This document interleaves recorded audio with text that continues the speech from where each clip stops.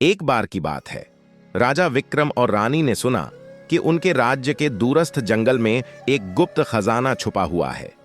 यह खजाना न केवल उनके राज्य को समृद्ध बना सकता था, बल्कि प्रजा के जीवन को भी सुखद बना सकता था। उन्होंने तय किया कि वे खुद इस खजाने को ढूंढने जाएंगे। एक दिन वे दोनों एक घोड़े पर सवार होकर जंगल की गहराइयों में चल पड़े। रास्ता कठिन था, कहीं कांटेदार झाड़ियां तो कहीं दलदली भूमि।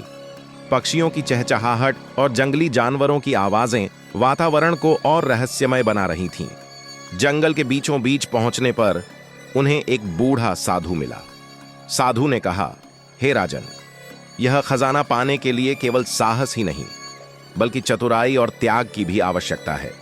तुम्हें 3 चुनौतियों का सामना करना होगा।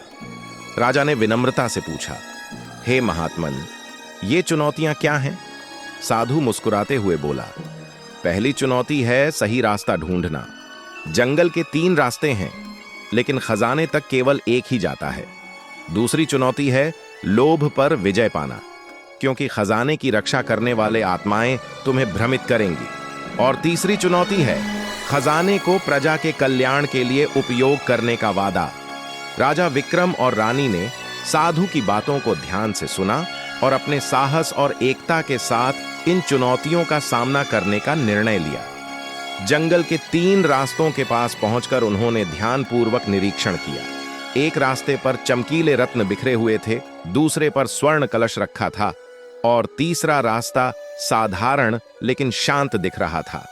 रानी ने कहा, चमक धमक हमें भ्रमित कर सकती है, हमें साधारण रास्ते को चुनना चाहिए।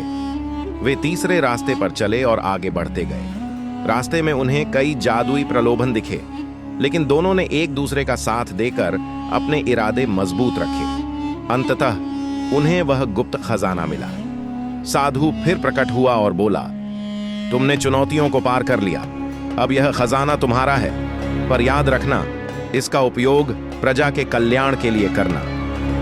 राजा विक्रम और रानी खजाने को लेकर लौटे और उसे प्रजा की भलाई के लिए खर्च किया। उनके राज्य में समृद्धि छा गई और उनकी नीतियां जनमानस के लिए प्रेरणा बन गईं।